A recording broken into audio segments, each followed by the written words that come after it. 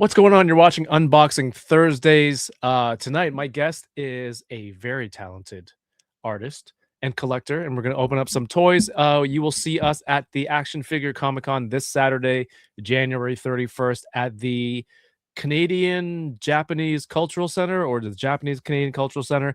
Some cool stuff to open tonight. Thanks for hanging out. We'll see you on the other side. You're watching Unboxing Thursdays. What's today? It's Thursday. Hello there, toy collectors. My name is Kevin, aka Toying Around, and I am very excited to bring you this special review. If anything, the Kim family, they're archetypes.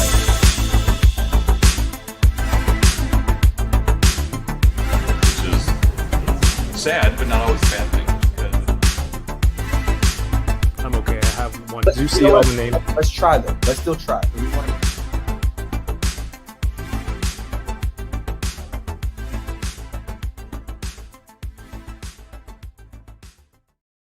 What's going on, everyone? You're watching Unboxing Thursdays. My name's Kevin, aka Toying Around. What we do here every week is we open up some new collectibles, the latest and greatest in the game. And I get to do that with you in the chat, whether it's live or on the replay. Thank you for being here and watching and supporting the channel. Lots of great content out there in our circles. But if you're here, appreciate you. And you know, we've been doing some really cool stuff. I mean, we started a more consistent Wednesday stream on the channel, so we're talking about more new toys and figures, and we were doing that Wednesday nights at 9 with Chamba and Rick. So if you have a chance to watch that from last night, don't forget to check it out after this, because it's a lot of fun. It's a lot of fun stream. It's a lot of fun on that stream with those homies, so don't miss out on that. This weekend I'll be at the Action Figure Comic Con on January 31st. That's Saturday. And I'm a guest. I think I'm going to make some videos there. I have some stuff to sell. So we're going to check out that show. And then, of course, my guest tonight will also be there. If you want to get some illustrations from him, commissions, or see what he's selling from his collection, make sure to go check it out. My guest tonight, I mean, we've mentioned... I did a permanent fade to black. My guest tonight, I've mentioned before, was super nice and kind, and drew the enablers when we did our episode as X-Men, drew us, all of us, and then put us into trading card format, and I was able to make those into physical cards to give away to people at San Diego Comic-Con. You can check him out on Instagram and at the show live in person on Saturday. Please welcome to the show, Richard Reyes. You've seen him in the chat. What's up, dude? Hey, what's up, Kev? How's it going? You, man. Good to see you too. Glad I could be here.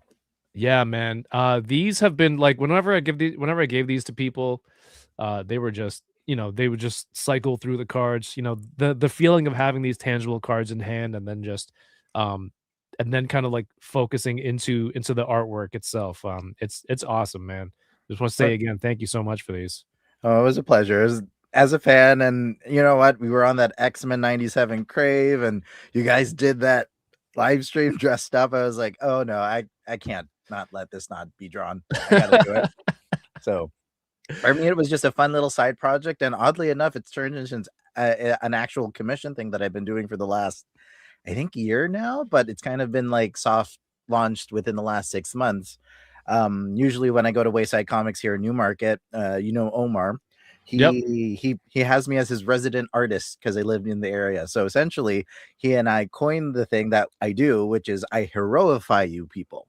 So it's more or less a mashup of any character, whether it be like video games, comics, or whatever, and I combine you with said character, and then I turn that into a commission. So that's something that I will be offering at the Action Figure Comic Con, and I have my prices listed one at the table. So if anyone wants to have their own version of like the X-Men 97 Enablers cards, or like their own character, it doesn't have to be X-Men, I'm more than willing to do it. And I might have a jar that says Sentinel HasLab Fund.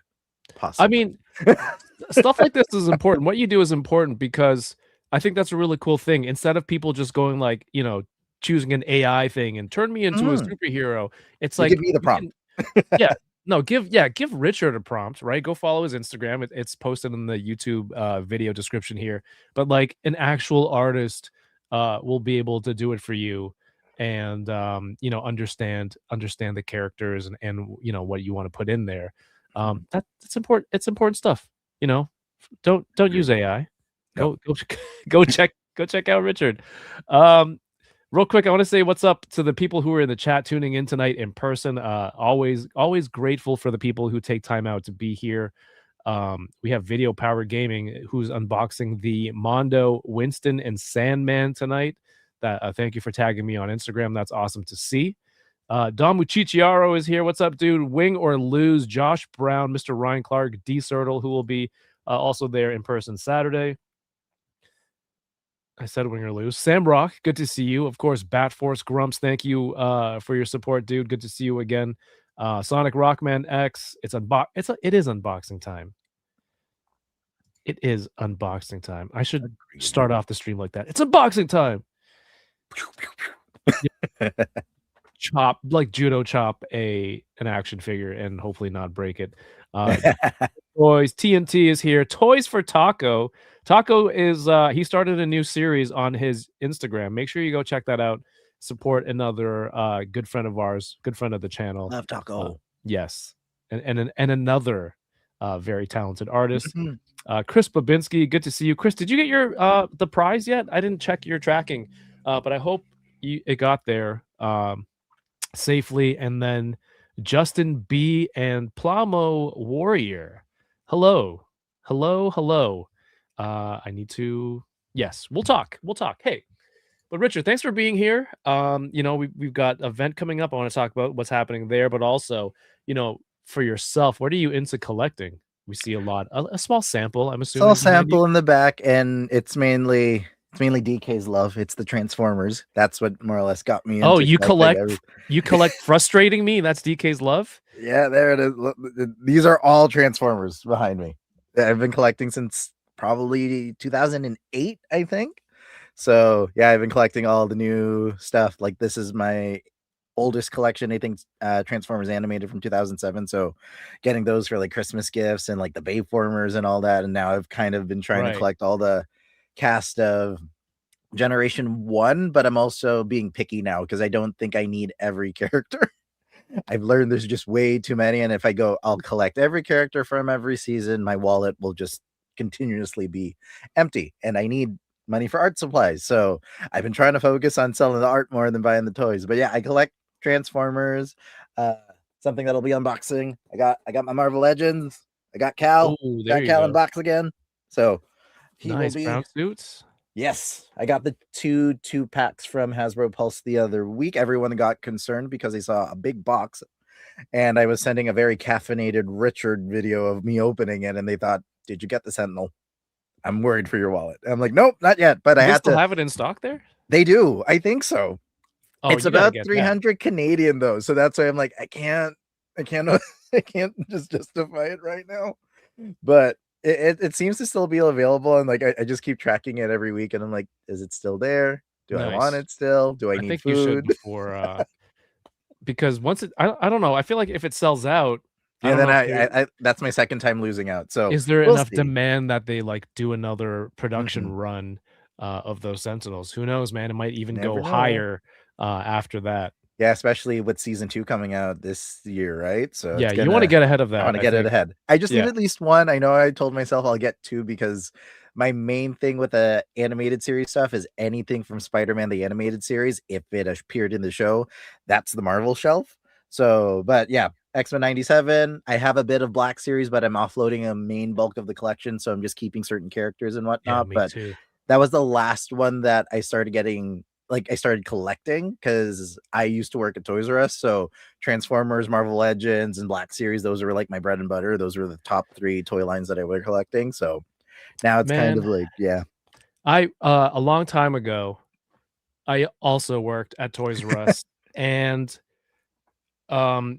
it's just a company that I've always, I've loved, going to Toys R Us as a kid.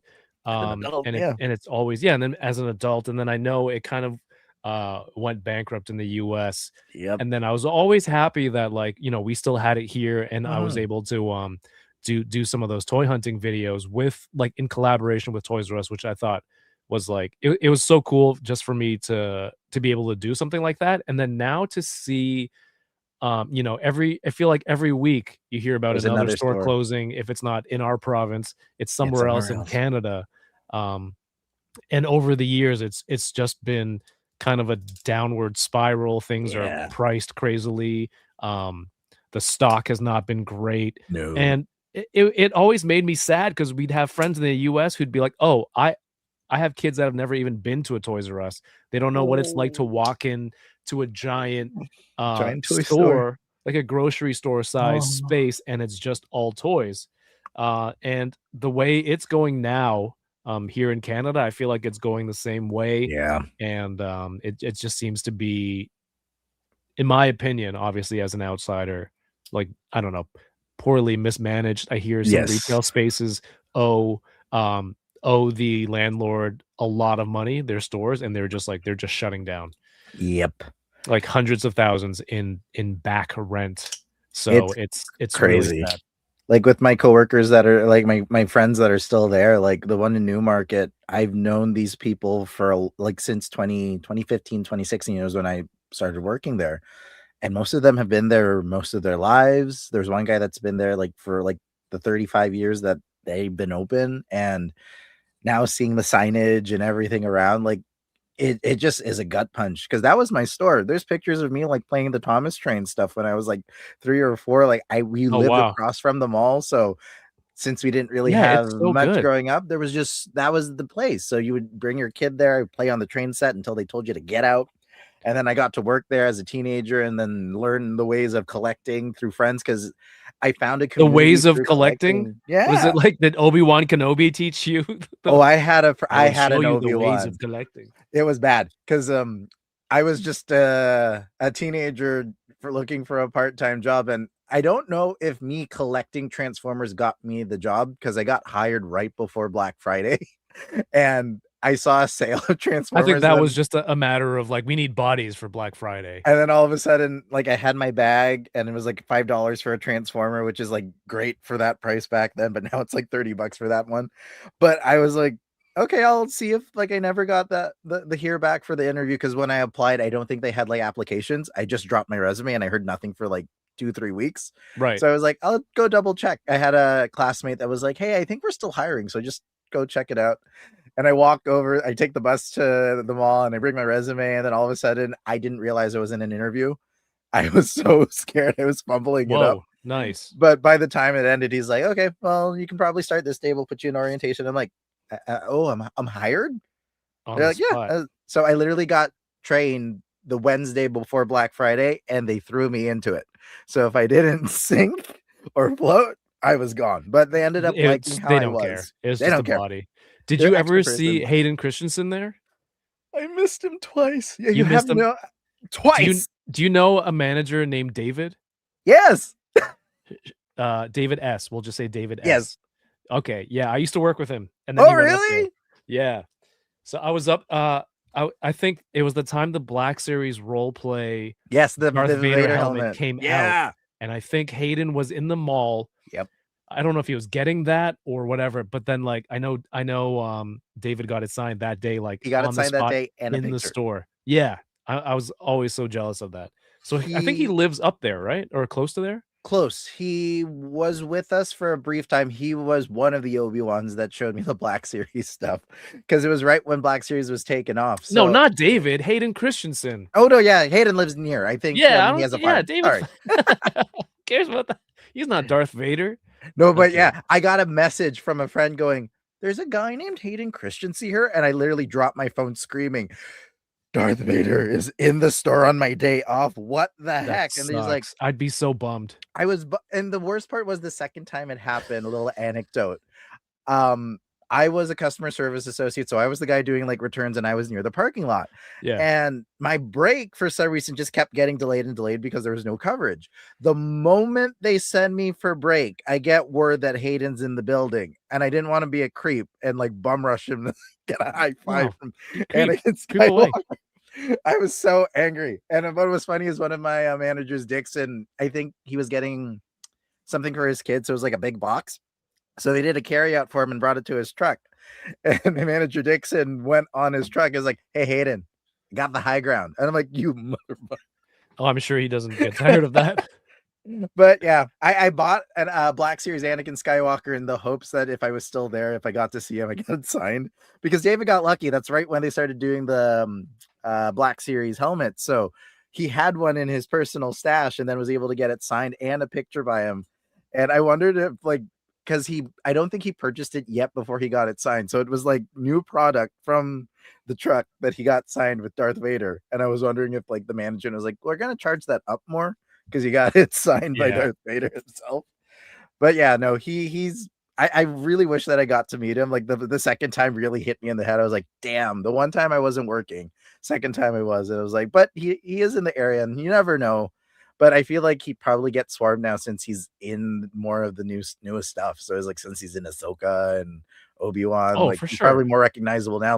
Absolutely. We used to have people from Nickelback pass by the store. Like there would be days that we'd all look at each other going, "That's a famous person." Like we've had streamers come in the store, and yeah, it was a time. One time I worked in Woodbridge, so in this area, for people who aren't local, there's a lot of people there who love hockey. And so I was cashing out somebody, and everyone was like, they were crowding around my cash. I'm like, what do you guys want? And then when this customer left, they're like, dude, do you know who that was? I'm like, I have no idea who that is. And they're like, it's PK Subban. He's a hockey player. I go, oh, he had a cool hat. And then I think some of the kids wanted to get, because when you pay with credit, I think he still had to sign it at the time. Yeah. I think they were trying to steal his Seals off. his receipt with his autograph on it. And I'm like, guys, you're gonna make my register, off. Fraud.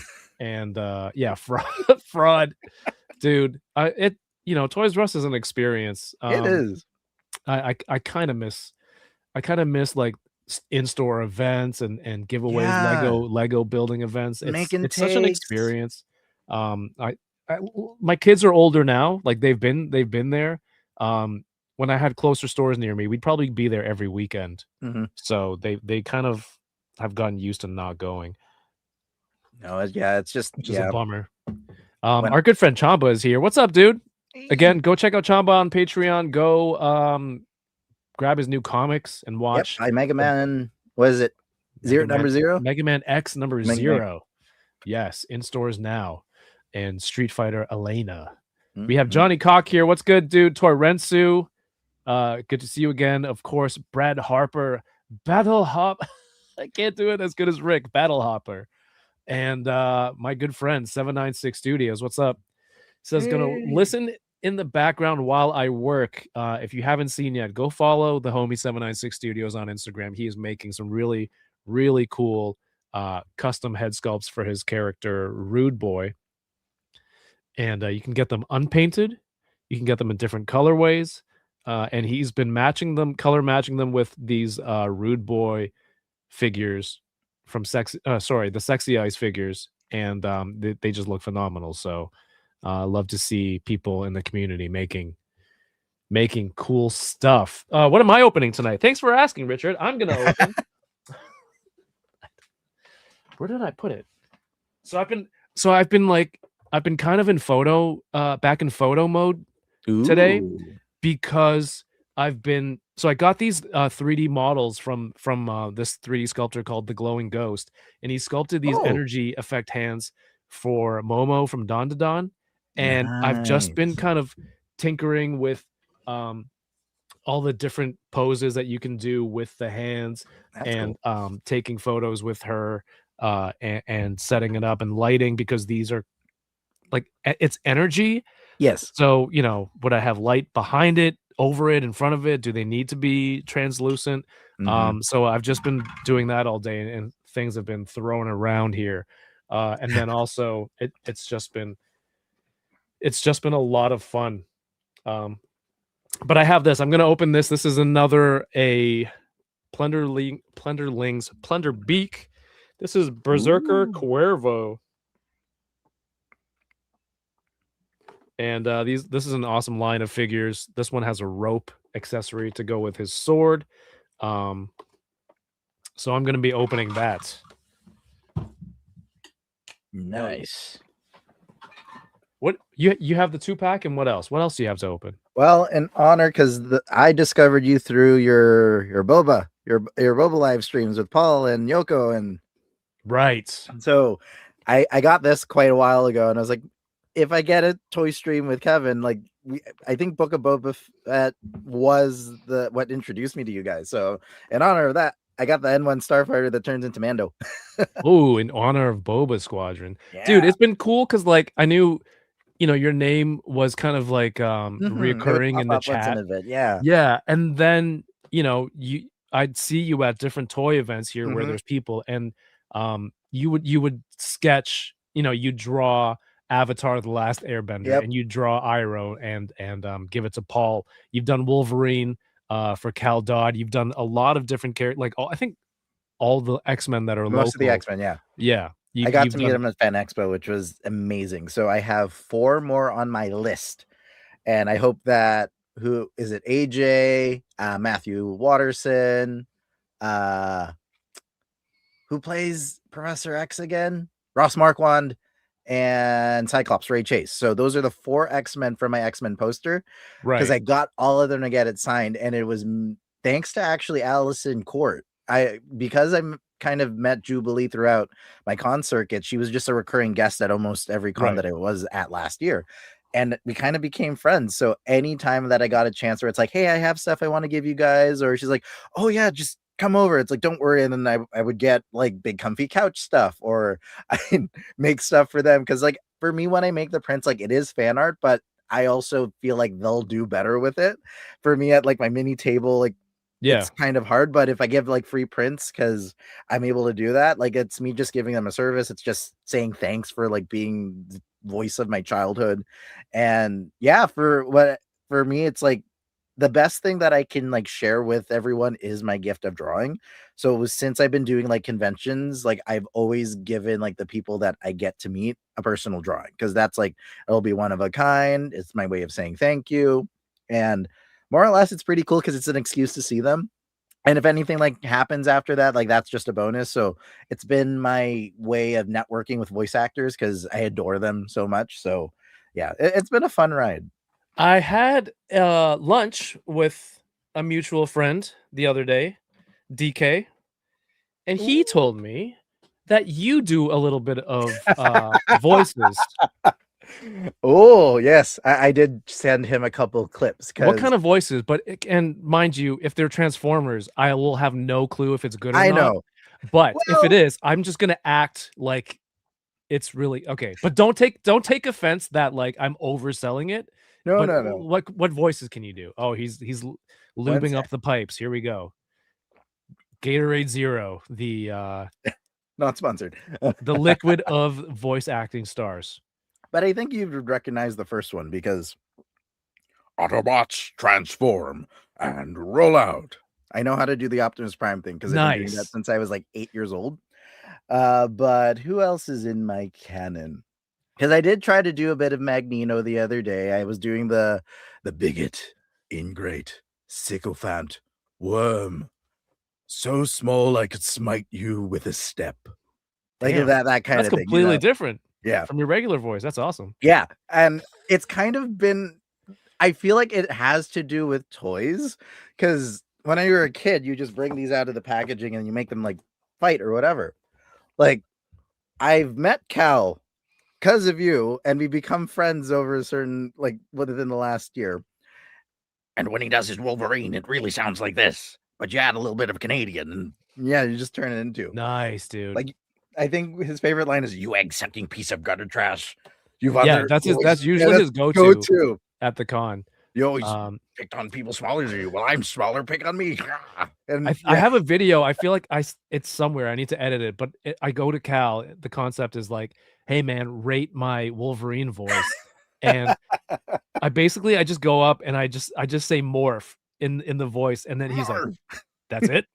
And then him and George, who play Beast, they're just Oh, yeah. I think they're just kind of insulting me, but I think George did it in a beast voice. I need to find that clip somewhere. Oh my It's so stars good. and garters. Oh, I love George. That was terrible. That's cool, man. Yeah, it is kind of natural, isn't it? Like, when you play, you You do the often hear voices, those even if it voices in sounds your head. horrible. Um, did I ever do it out loud? I don't think so. I did a lot of out loud. But I blame probably Spider-Man the animated series. Like that was like my voice canon for most of it. Because I don't think I ever heard anyone else besides the Green Goblin. So I got to meet the voice of the Green Goblin this year at TFCon because he's also a Transformer. So Neil Ross got to come in and I got to give him like 10 versions of my like fan art of the Green Goblin because I've been drawing him so much. And I just remember like I only had 2 VHS tapes of Spider-Man the animated series because they were re-releasing them when the Tobey Maguire stuff came out. So I went to Chapters, got 2 VHSs. I got Revenge of the Goblins and the Six Forgotten Warriors. So I knew Nice. who Captain America Oh, was. I remember that. Yes. And then I love that one. the Green Goblin, like the Goblins, like Hobgoblin came before Green Goblin for some reason in that show. And like you get Mark Hamill, by the way, insane. Who, like I knew Mark Hamill before I knew Luke Skywalker. Like that was my like Hobgoblin was the gateway. I just read a name and I'm like, Mark Hamill. Okay, that's who's playing the Hobgoblin. And then as time went on, I'm like, oh, that's Luke. Was that you as Mark Hamill saying Mark Hamill? No, because but it sounded a little bit like, oh, Mark Hamill. Well, that might have been Mark Jay Leno that I was doing. Can you say Optimum Pride, but with and then do the sound effects after as Mario? It's on the screen. It's so Optimum dumb. Pride. Ooh, yeah. That stupid meme. Everyone sends it to me. The pooking him out. Optimum Pride. Oh my god. I love it so much, but man, that gets sent to me so many times in the year. There you go. It's our Red Sue gets it. What's up, Toy Red Sue? Yeah. TNT says they have been reopening Toys R Us some locations in the US now. Selection just isn't great. I've heard that too. And then Daniel says they're turning a few stores into play places, which mine has it. It's so it's gross. I only go to those play places like when they first open because there's before all the urine and saliva and poopy. I feel bad for my friends because every time I'm there, I swear I hear a page call going, clean up in the play place, and I'm like, oh no. What's the worst thing you've had to clean up at Toys R Us? I thankfully never had to, but I've heard really bad stories. Most involved turds apparently in our boys' washroom. Yeah, and some blood in the women's. I've heard in the play place a lot of puke and piss for some reason. And I've witnessed it, but I was never like there to clean it up. It was usually someone else because you have to have a specific, I think it's like a spill kit for like biohazard stuff so that you don't get, it's not like you're not contaminated. I don't think we had that. I usually just went on lunch. Oh, you know, guys, I'm taking lunch now. How did that get there? I didn't see that. I didn't see it. And then like someone slips in random liquids. Yeah. Undisclosed liquids. Yeah, no, it was crazy. Like there were times in my Toys R Us career that everyone would see the smile fade because when you're working customer service, all you're doing is like returns, and returns is like the worst thing. People are like returning, like strollers and car seats that have been like used for 5 years. And they're like, oh, we need a refund. And you're like, that's way past warranty. We're not doing that. And then I had to learn how to be very thick-skinned and no smiling. No smile, which is hard. A lot of people are like, I can't picture you angry. I'm like, when you see it happen, it's a deep turn. I no longer become the guy that you remember me as. This one got me. Mr. Ryan Clark said David S is too specific. Let's call him D. Simpson. I have a friend. His name is David S. No, let's say D. Simpson. D. Simpson. Awesome. Don Muchichiaro is here. Machu Toy. Go check out Between Two Sentinels episode last night. That's going to be great on the replay. Support the homies. Chris Babinski. David De La Huerta. What's up, dude? Says good evening. and I think we're caught up. I'm a maintenance worker. I deal with that. Yeah, dude, I can't. Sometimes when I take out the compost bag and there's like a little bit of and I go to tie it and then there's liquid on it, and my Yeah. wife will hear me from the other room because I'll go, "Ooh," and Yeah. she thinks it's the funniest thing. I think that's what wives are, because they're stuck with us for the rest of their lives. It's like I'll that I'm okay with that if that brings her joy, where I do something like that. But yeah, compost wetness Uh, is thank you, David. David gets it. Also, King Ding-a-ling, welcome to the show. Seeing all those toys can get people really excited. yeah. I maximized the hell out of my discount, and Oh yeah. maybe it didn't help the store's revenue, but it'd be on sale, and then I'd wait for a coupon, and then staff. Oh yeah, because you could Yeah, stack it back was in a the day. super combo of things. Do I regret it? Did I hypothetically put my own favorite toy store into its grave? Oh, thank you, Richard. No. I needed that. No, I got really good deals too. Like I missed the stackable coupons plus your discount, and what was it though? Like it was just a great like I and my couple of my friends that still like we talk since like I have a Transformers themed group chat with my coworkers that are there, and like we just send each other Transformer memes, and one still works there, so it's like we're just asking for like updates. And like it's kind of it was a community, like the fact that like toy collecting and the kind of was just in its infancy for me in the beginning, and to have people that were like, oh, by the way, we got a new truck of Transformers, do you want anything, is there anything in that you're looking for, and they keep it aside for payday, so it'd be kept in a stash in the R zone when electronics was still Yep. its own department. I And think I most of was my the paychecks only collector when I was working there, thankfully, in my store. so you got to be like yoink yoink. Yeah, absolutely. But no, yeah, Absolutely. it was a time, and like I'm gonna miss just that feeling of going in that store, like what was it, not pre-COVID. COVID, like after COVID was still fine, but like within the last 3 years, like I've just seen such a dip in it. And every time I go there, like there's a new like liquidated store that has merch in there for some reason, like Northern Reflection. Why is that in there? Like there's books, there's HMV. They lost so much space for toys that I don't even think we could call them Toys R Us at this point. So Oh, yeah. it's just it's not the same as it was before. And I'm glad I got to work there when it was like at its peak. Like Jeffrey the Giraffe would have appearances. I was once in the giraffe suit. Part of me wants like a part of that before my store closes because I got Oh, to be in damn. it. So I was in it for I think a TikTok video, because that's when we had to do those things for promotion. So I mean, it's still alive in Asia. in the I went in Philippines Hong Kong. it's great. Oh, So is it? They have it there too? oh yeah, like that's where I found some of the blockies and stuff that I sent you pictures of when I was there. Like Toys R Us in the Philippines is still, it's doing great. And I always like laugh when I'm like, there's so many staff members here. Oh my god, why is mine like short staffed and skeleton crewed? Like, and it's like a And the tiny store. shelves are when I went, the Shelves shelves are were stocked. full. Yeah. So full. And the best part was when I went there, they took collecting seriously. Legends, Transformers, and Black Series were all in like glass cases. Like I don't Oh, think there wow. was theft, but they kept it under lock and key. And I was like, oh, that's how In you know they Hong keep good Kong stuff. in Hong Kong, they have, like, SH Figure Arts, right? Because it's Yeah. so probably more accessible. They probably have a deal with Bandai over there. So, it's they have so much stuff. I guess I'll have to fly there. I think did they have it in Japan? I think they have it in Japan Probably. too. I just It was didn't only feel like like the going the last American time. one for sure that shut, but now I feel like the Canadian one is probably following suit, sadly. Yeah. No one likes Putnam. Torrentsu, yeah. Whatever happened to Loki? There's some names in the chat that I missed. Is he in other streams, people? Can you let me know if Loki visits other? Has he been around? I remember he was in the Philippines. A lot of Filipino collectors. It's a big demographic for collecting. It is.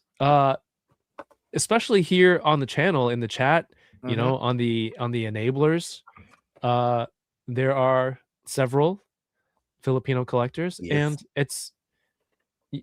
it's a huge, I guess it's a huge comic books, superhero things. It's a huge It's a fan base. Mm-hmm. And yeah, anytime I go back, like there's a specific mall that is in like we have to go here, even if we're like there for like 2 weeks. It's like, nope, one day I am just looking at all the fun toys because I have my toy list from like toy shows and everything, going to those every year. And it's like, okay, who can I find today? And it always just depends on like the conversion rate and if it's worth the money. Speaking of going to a toy show, is there anything you're hunting for this Saturday? For the most part, I think I'm just keeping with my animated series stuff. So I never got a chance to get that Vulture and Spider-Man like VHS 2-pack. So I'm hoping I get to see one of those for not too expensive. And the Retro Lizard that was a Walmart exclusive. Because those are like my 2 characters from my like villain shelf that I'm missing. And then I've completed all the characters I wanted from that show. It's gonna be weird completing a collection because I always find more reasons to buy more stuff. Something else. Yeah. PD Dubs in the chat. What's good? Thanks for being a channel member and all the channel members out there. PD Dub says, I don't know. YouTube made everyone use their government names, so maybe he changed it. So I think it changed from like whatever your display name was to your actual at whatever on on the YouTubes. On YouTube. But I can't imagine Loki, if you're watching this, tell me what your government name is. Or whatever your YouTube name is. We miss you. That was fun. Jay Sinner has tuned in, and Jay Sinner has received his plunder box, one of the prizes from the charity stream for the children. I'm glad I got there, man. You won some really cool stuff. Yeah, I wasn't expecting much. I was like, you know what? This is great. There's a great cause and the gift of giving for Christmas and everything and whatnot. So I was like, it was great. Torrensu says there are a lot of Filipinos here. And there's a lot of Filipinos coming at Action Figure Comic Con. So you guys will find us. What's cool is I like that it's your dad that goes with you, right? Like your dad's been with you to several shows, and he's just a nice guy. We just start chatting sometimes, and he's like, and because I at my toy show at my con, like he just came up and we just started chatting. Yep. Yeah, that's how he is. He's with that with everyone. Like there was one time I think at TFCon before they opened, he accidentally bumped into a voice actor he didn't know. So he's just like talking. I think he thought they were event staff because they had like one of those shirts. Yeah. That said like TFCon on it. And I'm like, Dad, you were talking to like the voice of Tigatron for like 10 minutes. He's like, I don't know who he was. He seemed nice. He's like, Tigatron? Who's that? And I'm like, oh, okay. When we go to the toy room, I'll let you know. No, but yeah, sadly he won't be there this weekend. He's kind of chilling at home, but my mom will be with me, and I'm bringing my sister and her husband, and they'll be helping me sell my toy collection. So if you guys are looking for any particular Black Series or Legends that I have doubles of, please visit the booth and unload my burden, please. Take his load is what he's saying. Take my load. I got very decent prices too. So Sam Rock is going to be there. Sam, I've got the 3D prints for you. So remind me like Friday night so that I pack them for you. The game holders. And Fabio Carmona 82 is back in the chat. All right, I'm going to open this Plunderling, and then we're going to look at some of the stuff that's happening at the con this weekend. And then have you had a chance to handle any Plunderlings? No, not yet. I've been wanting to get into the independent toy thing because like I've been into indie comics, so I want to support the toy community as much as I can too. So, but they look really good, like in like hand feel wise. Like I think I've seen Robo post a couple videos of them, and they just look so cool. I hope to like maybe grab one at the show if I get a chance to walk around. Yeah, man. Get this tape here. Yeah, they're just cool original character designs, and they're really good quality. Very well painted. You do this other thing too, like you recently mentioned. There's a comic shop up in Newmarket called Wayside Comics, which is pretty cool. It's like it's a comic shop. They also have toys, and there's a bar. Yep. Right. There's they serve coffee, and it's kind of one of my dreams that I used to want to have it's been my dream since lunch, and I'd be damned if I give up on it now.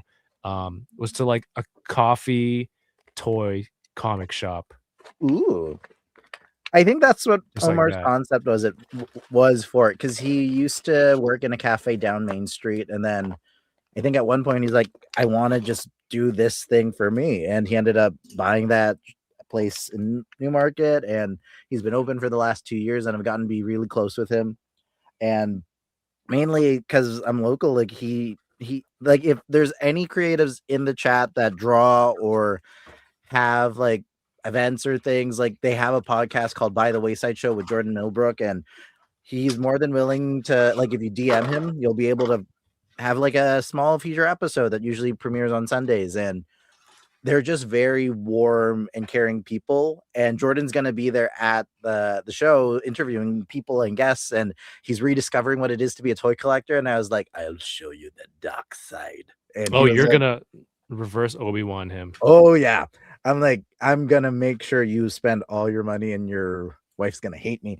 but but yeah, like if you're ever in the chance of Newmarket, everybody, if you're in Ontario, pass by Wayside Comics and Cocktails in Main Street, hit me up, I'll tour you around.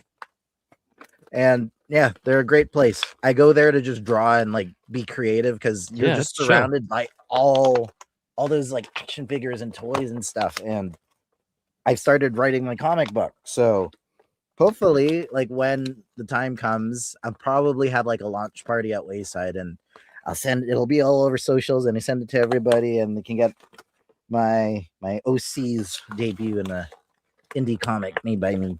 Cool. I was hoping he could hold this this sword, but I don't think there's a handle long enough for him to hold it. So it's a purely swinging weapon. Oh, which is kind of cool. Does this beak open? And I like this beak. It's very dinosaur-like.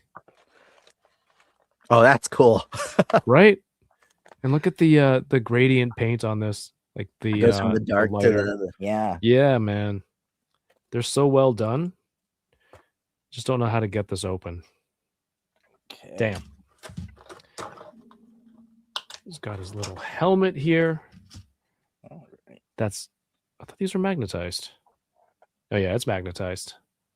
How cool is that? How toys have gotten so cool lately. Like you can just put magnets on stuff, and they're like, there you go, it sticks. There's your accessory. You won't lose it. It just makes it's a cleaner look too, using magnets for those accessories, using magnets to, flip on light switches that are built in. Yep. Lights and sounds. It's crazy. Yeah, my first experience with like magnets and light up like LEDs was the YOLO Park Transformer stuff. Like I was like, do I buy a non-transforming transformer? Is that sacrilege? But they were like Megatron and Optimus, and I'm like, I kind of want to have a high-end toy and not spend like $400 on it. So let's give these a try, and those are pretty cool. Josh Brown says the tongue articulates too, but there's nowhere for me to get this open. Might need a spudger. Even for the other plunder beak I opened, I had to use the sword. Oh, here we go. Oh my god. Hold on. Master Roshi can loan me his giant toothpick. When other action figure accessories help you. There you go. Excellent. This is non-damaging, I hope. By the way, I've been showing this the last two streams, yesterday and Sunday. I rediscovered this Roshi, and because that new Goku that came out last year is like a smaller size, they fit together so freaking well. So when I talk about like being motivated to take more photos, this is the next thing that I'm going to photograph. That's yeah. And then I looked back into this box for Goku, all the different faces, the amount of hands he has in there, and just like, this teacher-student kind of relationship. It works so well when you have Roshi kind of like crouched over. Yeah. I just don't know what kind of background. I need a diorama for this. I don't know where to put them. Maybe like a Studio Ghibli printout that you can get, like something on the side, because I feel like that's the kind of feel that I get with those two. I mean, I can 3D print the entire Kame house from his Oh yeah, you have island. a 3D printer. You've been working. Yeah, exactly. So I mean, very kind of motivated to take more photos.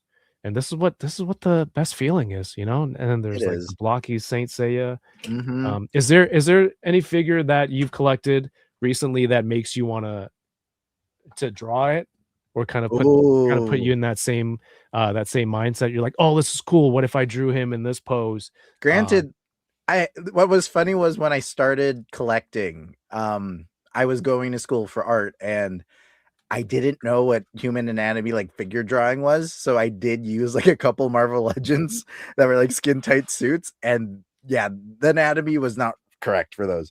But I didn't know human anatomy, either until university. yeah, so when so for me, like I think recently, like I got the maximum Spidey within the last couple months, and he's been pretty cool to pose around, and like you can really get him in those like Spidey poses, Yeah. and he's been like one of the ones that I have on like my desk, but he's put away right now. But like I've had him on my desk to just like pose around, like when I'm trying to figure out like a gesture. Like at least I know human anatomy now, where it's like if I just get the pose the way that the figure goes, because people do that. They have like kind of SH Figuarts blanks, Yeah. and you can buy those, and they're great for like at least pose reference and like learning just dynamic poses and shapes and stuff like that. So I don't know who Yeah, might be opening up Chamba has this thing. It's, I think it's the Revoltech hand. It's a whole hand, hyper articulated model that's a hand. Ooh. So you can really kind of nail down the poses and how Mhm. fingers and things are supposed to look. And he built one last night that was like a gashapon version. Ooh. So it's a smaller size, but it has more detailed articulation because that it's just a hand, right? Mhm. Than something that you would get on one of those model toys, Yeah. art toys, I reference see them toys. on Yeah. Amazon all the time, and I'm like, "Do I get it?" But I have other action figures, so I think it's fine. I wonder So, if they have feet ones. probably. This one was a little bit tighter to get in, but once it's in there, it's the same ball joint that each section of the wing uses. So They come on, included a shield with, Mando's Mudhorn on it, let me see. and it turns Oh, into a stand, which is pretty cool. that's a transformer, right? Yeah, so this I got the Starfighter, got Mando's Naboo Starfighter, and then, yeah, it has, like, pieces of, like this turns into a flight stand for the Starfighter, and it's also doubling as Mando's cape because this turns into Mando.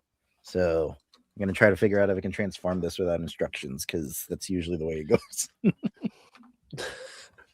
This is the way. Mr. Ryan Clark, there's a nice comic toy coffee cafe in Quebec City. Ooh, Quebec City's too far.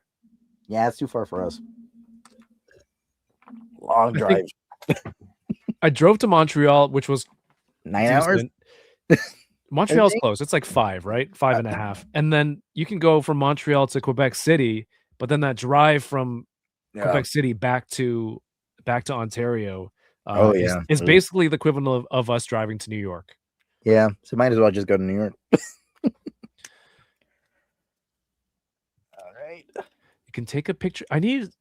Where can I get a nosebleed accessory effect? Does anyone know? Ooh. Master Roshi, like with it's spewing out of his face. Does anyone know in the chat?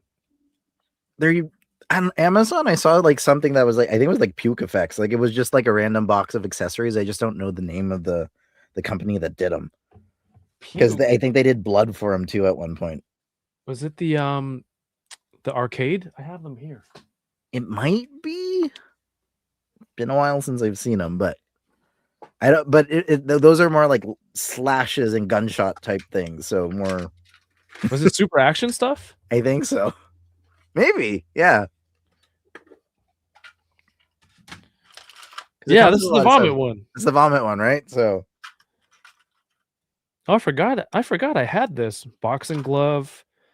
There's a lot of accessories in it. Very Canadian hockey sticks. Speaking of very Canadians, PD Dub says Shorzy in Quebec. Is that the TV show? That sounds like a TV show. I know there's a TV show called Shorzy. Oh, I forgot there was a camera in here with the Telescopic lens, yeah. Yeah, that actually fits into the camera. Those are cool. Like I wish they would make more stuff like at least available for toy collectors for that, because those are awesome. You can get this and I think the military ones at Heroes World, but I remember super action stuff saying like the tariffs is kind of making some of these not worth making and importing to North America, so he's kind of slowed down, but I think he's still working on new stuff. Still got to make it to Heroes World. I haven't been there yet, but I've heard good things. Wait, you haven't been to Heroes World? No. I'm surprised. Man, oh man. Wait, maybe Chamba, you watched Shorzy? No, Shorzy. Coffin version with the blood. Yeah, there's a lot of really cool stuff. I want the vending machine. It's supposed to be like a food vending machine as the case, and then accessories inside. All right, so this accessory is really cool. I just don't know how I would get him to hold. Like, how would you hold this?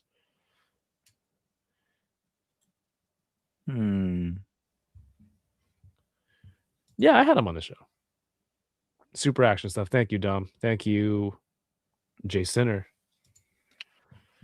We're going to this show, and I'm glad we're doing this now to look at what's happening at this Action Figure Comic-Con on Saturday, because it says there's 10 a.m. entry. I was going to get there for 10.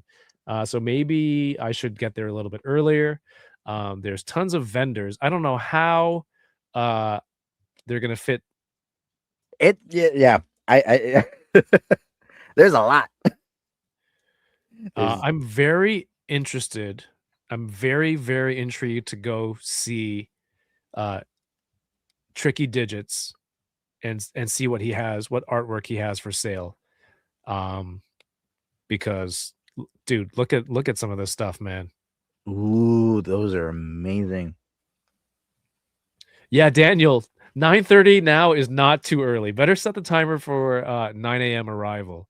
Dude, I don't know what I'm leaving super early for setup, so I'll be hocked up and probably 3 cups of coffee by the time you find me. Definitely need to go to get some artwork there.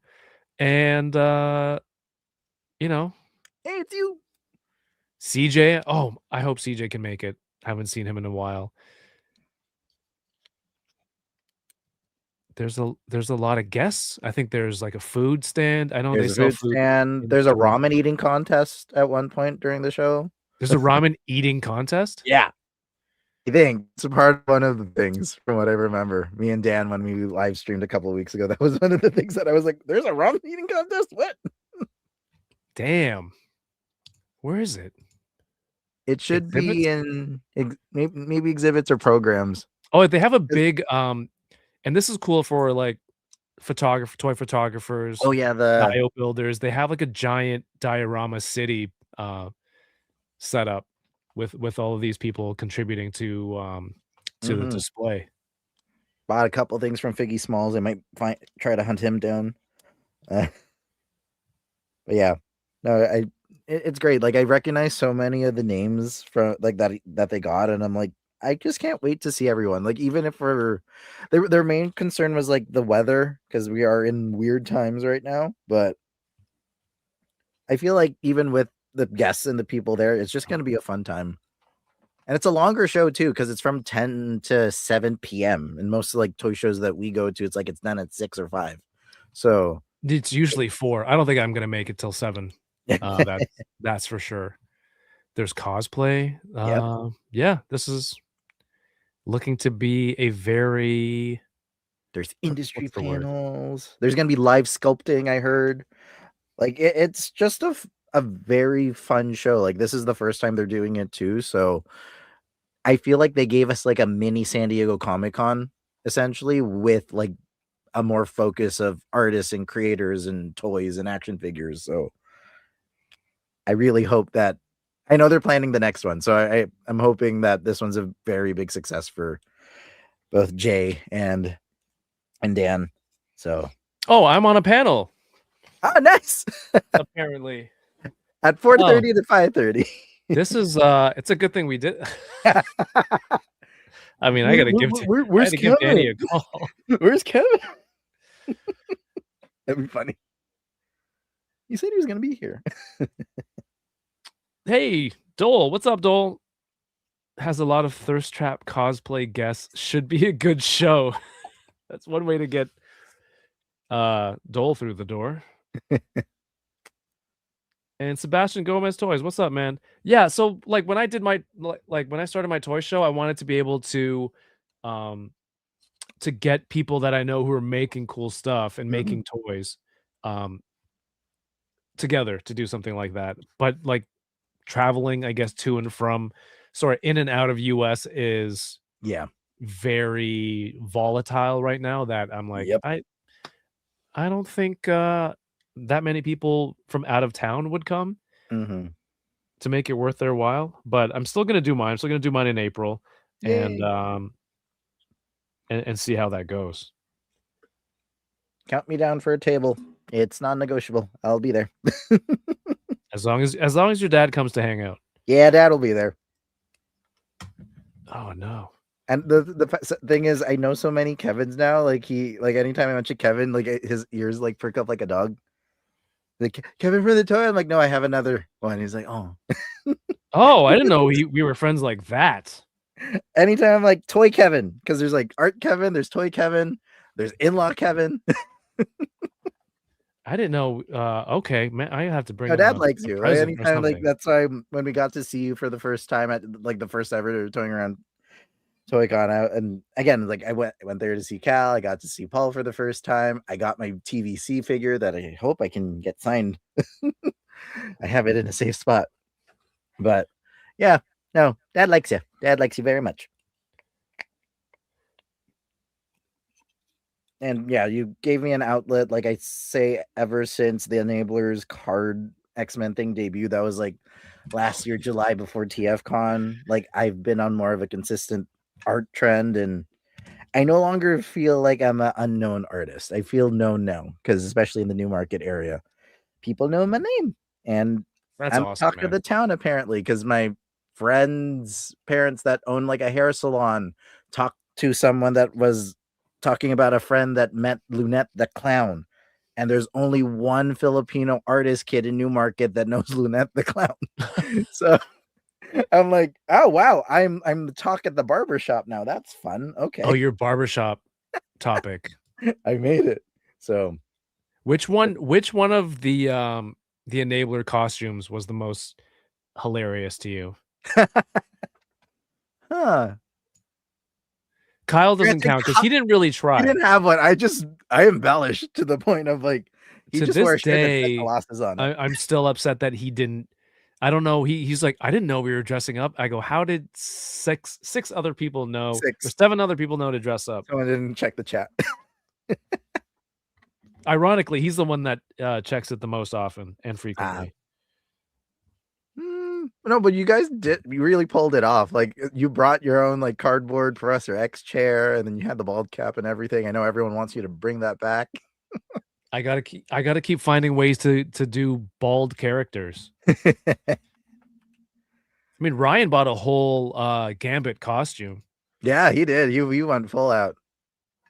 Matthew as Wolverine was funny just because of his hood, and I was like, I want to keep the dopiness of his beanie that he used. Oh yeah, the knit. You put a knit pattern onto this. And I already had like a Wolverine pre-drawn because that was right before, that was after the Toy-Con. So I was like, okay, I have a template. I just have to draw the head. Should be easier. So, Sonic says, imagine Kevin not showing up to the panel and then later he's confused to why he's a jerk. Dude, that would suck. I would hate that. You're absolutely correct. Because normally I know when I'm being a jerk. And I know I hate not knowing why I'm being a jerk, because I like to think that I'm in control of something like that. But generally, I know why. So I don't want it to be a surprise to myself or anyone. Torrentsu says Kevin's not only popular with titas but titos Of too. course. But everyone's so nice. You just got you You're just an honorary just talk Filipino at nice. this point. Thank you, thank you. I had Jollibee I last know, week. yeah. Okay, My mom watched that this morning. I went down. keep and you're this on the thing here. TV. Oh, you got the plushie. I got this here, right? My This is friend. from back home, not my home, but somebody's home. Someone's home. And imported here. She I watched the wanted. Jollibee video. Yeah, she was watching it when I woke up this morning. Like I went down. My mom was on my YouTube page, like my account, and I'm seeing you eat like your Jollibee, and I'm like, oh, the video's out. Great. I wanted to see this. And yeah, she watched the whole thing, and I was like, That's okay, funny. I'm gonna watch it on my own, give Kevin the views. And yeah, Thank you. Yeah, I mean, I wanted to. So I already got this, and then I went to the mall and they had a Jollibee there, and then they have this new thing where it's the bee, but like you pull his insides out and it turns into a bag, like a reusable bag, what? and Okay, I need it's that. this big. So I was I wanted it, but I tried to use my charm and also kind of like maybe they think I'm honorary. I should be able to pull this off. And I said, I said, can I buy this on its own? And then the lady, you hear me laugh in the video because you see it off camera, but the lady looks at me and she gives me like a little bit of a laugh and she says, no, you have to buy the whole meal. And I'm like, I guess I didn't pass this time. So No, I'm you like, have to do an accent. You gotta you tricked my dad. That's the main reason why my dad was like, I didn't use an accent with your dad. I know. But no, with the titas at Jollibee, you just gotta, they won't know the difference. Damn. Just P's So and there F. is a time where it's okay to use the accent, is what Yeah. you're saying, because I just hear it all the time, so I didn't even realize it. And what's funny is when I speak Tagalog, there's an accent that comes out of me, and everyone just turns their heads. I'm like, "What happened?" They're like, "Your voice changed." I'm like, "What do you mean? Like in a good way or a bad way?" It's like you spoke a different language, and we were just confused because you got an accent, and I'm like, I like never you hear sound it. like Optimus Prime. Usually sound like I think my aunts and uncles, but yeah, my titas and my titos. Do you have like, is that an accent? Because when I speak Cantonese, if I go to Hong Kong, if I go back home and I speak Cantonese, there is a bit of a noticeable accent that they're like, oh, this guy's, That's not from here. He's from North America. He's He's been away too long. I have a way of getting away with it, but I think it's because all like my titas and titos back home know I'm trying. Like I understand the dialect. I speak Tagalog. So essentially I do my best and I try to find the right words in the right sentence because I only have gone back maybe less than 10 times in my entire life. So I learned how to speak the language because there's just so many like kids that were coming in that I just felt bad and I just wanted to be able to communicate them. So we had like Filipino kids that would come into ESL and then they couldn't communicate what they wanted to the teacher. So I was like, well, I can at least translate and whatnot. And then my parents got the Filipino channel and I just started watching dramas. So I got invested in stories. You go, context, and then you get spoiled when you get subtitles. So I got to learn, like reverse learn how to speak my own native tongue just by learning dramas. And it was kind of fun. And then you get so invested. It's so funny. There's a very big like Filipino community though in the GTA. Mm-hmm. There's a lot of people. Not like there are a lot, like there are. It's factual. There are many. There are a lot. Usually in like I'd say Scarborough for the most part. Like I remember when I was kids, like we were trying to figure out where is like the hot spots. Now it's just wherever any Jollibee is. So you just gotta you want to find one of us, you gotta just go there. That's crazy. That's crazy. Mario says if you're at Jollibee, you can use the accent. In fact, it's encouraged. Fried chicken. I just want some fried chicken, please. When I went to Edmonton, there's 4 Jollibees in Edmonton, like northeast, northwest, southeast, southwest. It's weird. It's like when I say you guys, I mean the Jollibee franchisers set up a perimeter. Yeah, It's so weird. that I no didn't know matter you where you needed go, that many. I didn't even Uh, know there was that many in Ontario until we just kept passing by. I was like, "There's the B. There's another one. There's another." Because the first one that opened, I think, was the one in Kennedy Commons, and I remember going there when they first opened because I lined up. You know, we're serious when there's tents and line up of people just trying to get chicken. And what was nice is I think I just got back from a trip to the Philippines, so, like, the memory and the taste was still fresh in my brain. So when they first opened, mom and I literally took a bus all the way to Scarborough just yeah. so that we can see what the hype's about, and it didn't disappoint. At one point, I think we had Jollibee, like, every week. There's only so I much love it. fried chicken that you can take. So now we go, it's, like, maybe once every couple like, a month or so, and then we're like, "Oh, we're craving Jollibee," and my mom wants the palabok, which is, like, the Filipino rice noodle dish, and the spaghetti. And then I'm happy they got the Yum Burgers now because that was a big thing back home. The menu's definitely different just because I think back home is more rice focused. Here Right. it's like you get your buckets of chicken and things. And I I got think the they've adobo rice this time. oh, It's oh, they just a have new adobo item. rice now? Yeah. Nice.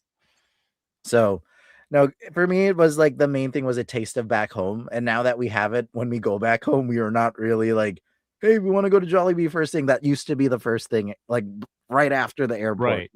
We would get Jollibee. And I'm like, no, we're good. We want to try the other franchises like that we didn't get really a chance of. Because granted, it is very affordable back home. Like it's kind of insane of how expensive Jollibee prices are here compared to like when you do the conversion back home. Oh yeah, I Food is imagine. so cheap back home, and you could feed your whole family for like I wouldn't say like a peach mango pie price, but like in a small meal, like you would Yeah, be able to like a feed two-piece. like a two A 2 piece. piece is expensive. I spent $20. Yeah, $20 for a two piece. I always get the bucket because I know that my dad's gonna be wanting a bucket of chicken if he knows that we're going to the B. So Rocky Manzo says you should start with hello Bo Tita. How would you say this? How should I be saying this? hello po. Po. What's Bo? Po is the way that you it's a word of respect essentially. So in Really? the yeah. Okay. So in Filipino, we have words for your older brother, your older sister, ate and kuya. And that more or less you say that before their name. You never call it's like the Mr. and Mrs. when you were in elementary school with your teachers. So for us in our culture, anytime you say po, it's kind of just addressing the person that's older than you in the room. Okay. So hello po tita is like a very kind way of saying hello, hello auntie. So Does it work for Tito as well? yeah, hello po. All right. It's both words or Hello, both Po sexes. Tita. Even with lolas and lolos, which is grandma and grandpa, and ates and kuyas. So if there's anyone older than you, so essentially I would call you po if and you're my kuya Kevin, essentially. Mm, So that's how that would work. okay. Good to know. See, Mario doesn't teach me these useful things. Does he just teach you the swear words? No, he just tries to get me in trouble. Sounds like Mario. Toys Mario's and like all my Filipino friends in school teaching all the ESL kids different Filipino swear words, oh and yeah. me catching it in the middle of this class, and I'm like, "You guys need to stop now." Uh Toys and Titas, new show? Toys and titas, Toititos. toy titos. Oh, that should be an a stream name. All right, I'm not old copyright. enough for that. Maybe in 10 years. Actually, I gotta wait for my sister to have her first kid. Then I could be a tito. What toys pair with Jollibee? I know Video Power Gaming Ooh. was really interested in this. Mm. Transformers? Probably a bumblebee would definitely have to be a part of that because there's so many of them. Optimus Prime? Optimum Pride. To be honest, but you know what? Probably at this con, let's see. Maybe I can make a Jollibee Transformer by the end of it. Oh my god. A two-piece chicken is about $4 US in the Wow. Philippines? Yeah, that sounds about right. Yeah, Dude, that's like that is pretty much one peach mango, so maybe two peach mango pies. essentially, like say like the you know the family meals, like the bucket meals, like the 9-piece chicken plus the Yeah, it's spaghetti and 50 whatever. bucks Canadian. It is probably 25 like Canadian when I go back there for just like an entire meal plus the pies and rice and gravy. Like I would I would survive just on food. Like that was the main thing. You'll never A lot of people be survive on food. yeah, you'll survive on food back home. But with like say you have like a budgeted amount of like money, like that's why like toy collecting back home was like there was a certain like upcharge because I guess it's imports back there. Yeah.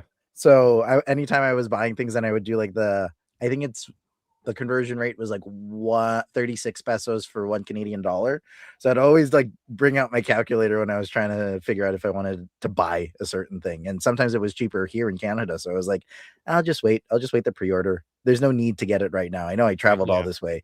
Unless it's like, say, a Takara exclusive. Like those were the things were hunting down. Like because the Philippines is so close, they get stuff early or they have stuff that I've never seen before. Like before toy shows going to like Green Hills in the Philippines, which is like the mall of collectors. Like essentially you go to a shop. A mall of collectors sounds pretty epic. I like it that. Is like it's imagine like the toy shows that we go to, but it's like a shop. It's someone's entire collection and it's just from top to bottom action figures and you're just going through all of it and there's like detolf cases around. There's one stop that's just hot toys and everything. Like it's insane. There's like Funko shops, literally just top to bottom Funkos. And yeah, it's insane back home. Like I was very surprised of like the collecting base because I'm like, I didn't think this existed. So when I got to go back home and then I had an aunt that took me there, I never stopped wanting to go there. Yeah, I mean, we have similar stuff in Hong Kong. Collecting is a huge like there's a huge market for that in Hong Kong and China too. So there's tons of stores, tons of malls dedicated to just collectibles. Sebastian Gomez Toy says in Chile we call grown-ups tío y tía,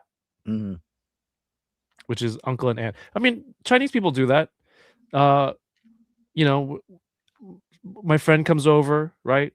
And you go to your kids, oh, call, say uncle. That's what we say. That's what it is in Chinese. So it seems pretty universal. When Mario walks in the room, it's hello.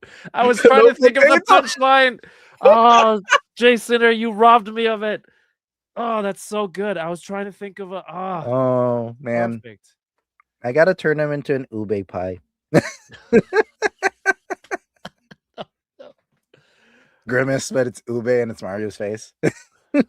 Oh my god, yeah, that's the same color. Right? Mostly used with parents of friends, and yeah, it's they're not really your aunties and uncles. No, yeah. It's just what you would call a close family friend. So yeah, DK has Pimo uncle status in this house, things like that. The mall of bootlegs. Yeah. There's a lot of KO stuff. You gotta know your stuff. Are those local or are they like from somewhere else? I'm not too sure because like you can definitely tell like there's kind of like what is it, like a flea market type space in like the bottom part of the mall, and it's like where you get your shirts and your like t-shirts, clothing, jewelry, and whatever, and there's like an entire like probably aisle of just knockoff toys, like the knockoff toys we find at Pacific Mall or like at the dollar store, or just like really cheap, like oversized like Transformers or like a weird looking Spider-Man toy that has a different paint job on it, like the blues and reds are reversed. Or the copyright trademark Avengers or whatever. Like it's its own thing, but that's like what you would find anywhere, to be honest. So it's more or less like a big flea market place. And then like there's like an actual mall part of it too. So there's like the kind of touristy spot where everyone like takes you for. Green Hills has like all those like spaces for the market, and then I just take a deep dive into like Toy Arena. Like I know the elevator or escalator that'll take me to where I need to go, and they have like Toy Kingdom, which is kind of like their Toys R Us, but they also have a Toys R Us. So that's where like most of like the toys are kept. And oddly enough, like that's where I saw so many blockies, and I was so tempted to buy all of them when I was there, but they were all blind boxed, so I didn't know which one I was getting, but I would grab a couple. What you would do in that situation is just buy the whole box. case. I should have bought the whole box. It was so much cheaper back home. Yeah. You put it together, or you can open the boxes and then bring it back, save space. Man. Peak Obi-Wan is in the chat. What's up? Hello there. I can't get these hands off. Mando. So do you have I know you had plans on working on your own indie comic, was it? Or Yes. Just a character comic. It's a comic. So I'm trying to plot out his origin story / one shot. And if that comic gets enough buzz, then maybe I can turn it into like a 6-part miniseries. So I've had this idea for a while for like a Filipino martial arts type character since I was in school a couple years ago. And I drew him the moment that I think Invincible started showing. I was like, ooh, that's a neat costume. I'm going to steal it. So cool. I ended up using Invincible as inspiration. Like even like my character avatar like has bits and pieces of it. So he's very similar to that, kind of like the goggles and everything. And I realized, oh, it kind of looks like Spider-Man. So I'll probably sharpen the edges so it looks more like Spider-Man lenses. And then, yeah, so my Filipino indie character. Yes, that's my avatar. But he's Rick Ray. And my the character that I created is Dante DeLisai, which I named from one Dante Bosco from Avatar: The Last Airbender. Of course. Love Dante Bosco. I got to meet him this year at Fan Expo. Like, he was the one person I waited in line for besides the X-Men. And DeLisai comes from a soap opera that my dad was obsessed with when I was growing up. So I was like, I'll take 2 names, double D's, because the Stanley way of easy to remember names, you just put the 2 consonants together. And yeah, I wanted to create like a Filipino inspired character because I don't think there's many of them out there. Like, the Philippines has their own like comics and stuff as well. So for me to have like kind of an outlet and try to tell like my kind of own story of like what it means to be a hero, because like we're like these stories of what we watch are just myths and legends, and it's kind of becomes universal. So I want to have my own spin with like an origin story with a Filipino character, and I started writing it the last couple of weeks. So now it's like, okay, now that I have somewhat of a script, I can start at least thumbnailing and penciling, and then hopefully by the end of the year I have an 8-page comic that I can start sharing with the world at any con I go to, because like that's the main thing. Like, I mainly focus on fan art right now because I'm always like in the hype of what's the next Marvel thing or Star Wars or Transformers, and depending on the con it'll be kind of more tailored to that. So now that I have my own kind of like creativity starting to spark up again, because after school you have like a direction. Yes, you have a direction. Yeah, that's very cool. And now with kind of doing the Wayside thing, like I'm there almost every month, like for the last 6 months. So I get to be there, and then I get to make a couple commissions, and it's really fun because I get to meet everyone around my town, and people come, like most of the people that have gotten commissions from me are regulars from the shop. So I'll be setting up shop and they'll see me and they'll wave, and we get to talk a little bit about comics and nerddom, and they'll be like, hey, can you draw me like this character? And I'll be like, sure. So even if I just do like free commissions, like I don't mind it because it's kind of free promotion, and it gets my creativity rolling. Like the Heroify kind of just went with character prompt and person that walked into Wayside. So this was coined by Omar, and now it's kind of its own thing. So anytime I get to go there, like this will always be offered. Like I draw them within 2 hours. I give myself a time frame so that someone can pick it up, so they can get it either on like a piece of 9x12 Bristol that I have with me, or I buy a lot of those comic blanks from comic shops so I can actually draw characters and stuff on it. So if anyone wants that, that'll also be available. I have a lot of blank comic books. So can I propose an idea? Sure. If you need an arch nemesis for Rick Ray, make it me. Really? It'll be so fun. I don't know. I'm just messing. It'd be so funny. The menace to all. The Toyster. I want to be the menace. It'd be great. Brick something is in the chat. What's up, dude? Hey. As Kev mentioned, he's huge in Manila. I wouldn't know. I've never been. I've never been anywhere that I'm not huge in. Torrance might be taller than most of us. But hey, that doesn't matter because there's like really good Filipino ballers. That's true. All heights and shapes and sizes. Basketball. like a Basketball. lot of basketball players. You can do street Uh, basketball when you go back home. It's fun. I'm sorry. Street basketball. So like you just pass by and Oh there's yeah. people like hooping and whatnot, and then you can just No, don't make me a bald villain. No, Kevin's got hair. I have That was villainous the hair. one thing when I asked Omar to like, what character do you want me to mash up? Because I was like, I did his friend Jordan Middlebrook as Way Cyclops. So I was like, which X-Men character do you want to be? Things like, I mentioned Professor X. He's like, is it because I'm bald? I don't want that to be the reason why. I'm like, no, because you're the leader, but never mind. He chose Cable. So I'm like, okay, you get to be Jordan's son. And then The leader. Jordan's wife wants to be Phoenix. So I have him work on that. So you'll see my art in his shop. So if you guys ever head by Wayside, there's a couple pieces that I've made for Omar that'll be there. Like that's the one thing that I really appreciate about him. He supports all the local talent and Canadian artists. So like when you go into that shop, all the art that he has on his walls are done by like people that I know, like Jason Laptis from Group of Seven and Kevin Manclow from Mad Quill Comics. So it's like I get to be a part of that wall, and it's just Canadian comic artists having a fun time. So I love it. Lots of talent here.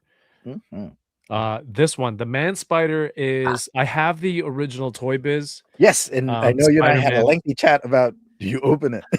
I don't think I can open it. No, because I feel like the moment I do, they're gonna announce it.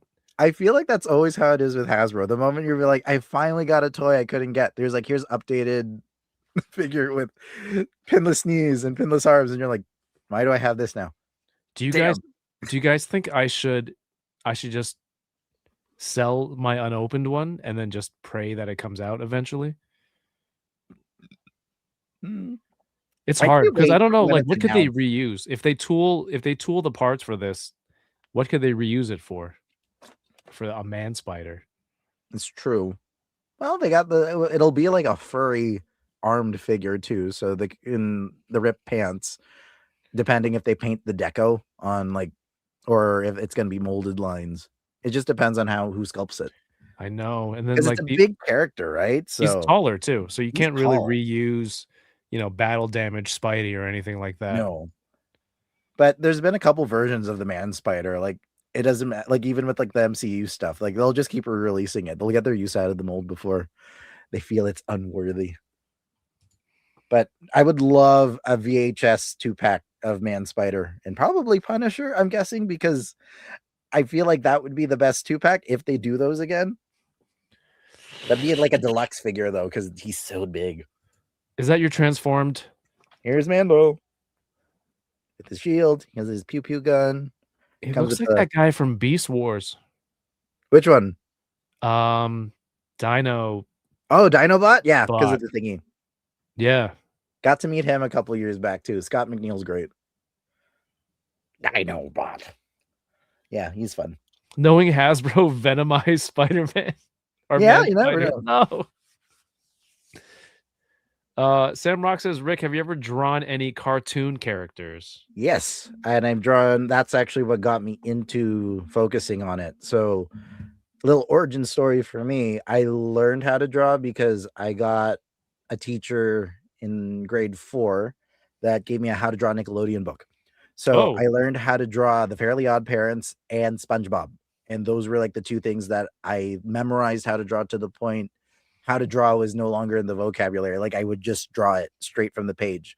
And oddly enough, it also trained me how to be quick. So during indoor recess, when it'd be too cold to go outside, all my friends would be around, which is often, yeah, in the winter, or when it was raining, they would kind of like put me against like another classmate.